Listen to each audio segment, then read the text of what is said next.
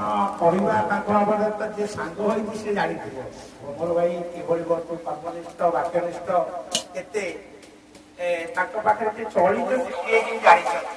ଏମିତି ତ ତାଙ୍କ ଗୁଣଗାନ ଆମେ କରିବାକୁ ଗଲେ ଅନେକ କଥା ଅଛି କହିବାକୁ, ତେଣୁ ସମୟ ସ୍ୱଳ୍ପ ଅଭାବ, ତେଣୁ ଗୋଟିଏ କଥା ତାଙ୍କର ଏକନିଷ୍ଠ ଯେ କଣ୍ଟା ଘର ନବରାତ୍ର କେମିତି ସଜୀବିତ ହୋଇ ରହିବ, ଏହା ହିଁ ଥିଲା ତାଙ୍କ ମୁଖ୍ୟ ଉଦ୍ଦେଶ୍ୟ।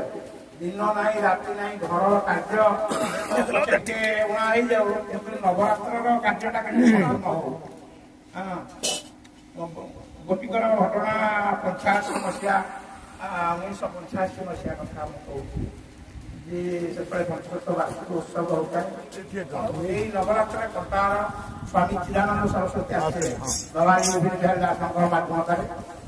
ତେଣୁ ସେତେବେଳେ ତ ପାଲର ବହୁତ ଆବଶ୍ୟକତା ଥିଲା। ଛାମୁଦିଆ ଏତେ ତ ଉନ୍ନତ ଡେକୋରେସନ ବର୍ତ୍ତମାନ ଯାହା ସେତେବେଳେ ନଥିଲା, ନିଜେ ସ୍ୱୟଂ କରିବାକୁ ପଡୁଥିଲା। ବାଉଁଶ ହାଣି ଆମେ ମଧ୍ୟ ଆମ ଗାଁରୁ କିଛି ପାଲ ଆଣିଥିଲୁ, ଆମର ପ୍ରହ୍ଲାଦ ସାଇଙ୍କର ଗୁଆ ପାଲ ଥିଲା ଆଣିଥିଲୁ। ଏବଂ କୋଲଦିଆ ଗ୍ରାମର ନନା ଅଛନ୍ତି ବର୍ତ୍ତମାନ, ତାଙ୍କ ନାଁ କଣ, ହଁ ଦୋଳ ନନା ଅଛନ୍ତି, ତାଙ୍କର ମଧ୍ୟ ଗୋଟେ ପାଲ ଆଣିଛନ୍ତି। ଅବଶ୍ୟ ତାଙ୍କ ପାଲଟି ପୁରୁଣା, କିନ୍ତୁ ଆମ ପାଲଟି ନୂଆ। କହିବାର ଅର୍ଥ ହଉଛି ତାଙ୍କ ମାଧ୍ୟମରେ ତାଙ୍କର ନିଷ୍ଠାଟା କେମିତି ଆସିଥିଲା, ସେ କଥା ପାଇଁ ମୁଁ ଏ କଥାଟା ଉତ୍ଥାପନ ଦଉଛି ଆପଣଙ୍କୁ। ସେଇ ବର୍ଷ ତ ଅନେକ ପାଲର ଆବଶ୍ୟକତା ଥିଲା, ବଡ଼ ଟେଣ୍ଟ ହେଇଥିଲା। ତେଣୁ ସବୁ ଆସିକି ହେଇଥିଲା, ହାତୀବାବୁଙ୍କର ନାଁ ଲେଖା ଥିଲା ସବୁ ପାଲରେ, ସେ ତାଙ୍କ ପାଲ ନେଇଗଲେ, ଜିଧା ପାଲ ନେଇଗଲେ। କିନ୍ତୁ ଇଏ ପାଲଟିକି ନନା ବଦଳେଇ ନେଇ ଚାଲିଗଲେ। ନେଇଗଲେ ଯଦି ନେଇକି ନିଜେ ତାଙ୍କ ସଙ୍ଗାରେ ରଖି ଦେଇଛନ୍ତି। ଆମେ ତାଙ୍କ ପାଲଟି ନେଇକି ପହଞ୍ଚିବାକୁ ଦେଲୁ, ସିଏ ଖୋଲିକି କହିଲେ ଏଇଟା ତ ଆମର ନୁହଁ। ଆରେ ନେଲା କିଏ ସେ?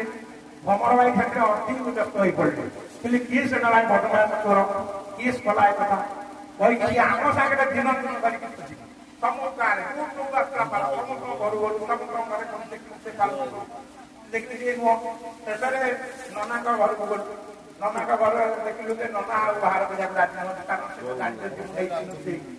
ତେଣୁ ବାଧ୍ୟ ହେଇକି ମୁଁ ଚଢ଼ିକି ସଙ୍ଗାତ ଆଣି ପାଳ ଦେଖିଲୁ ଯେ ସେ ପାଲ ତାଙ୍କର ଇଏ ପାଲ ତାଙ୍କୁ ନେଇ ବଦଳ କରିକି ଆଣିଲୁ।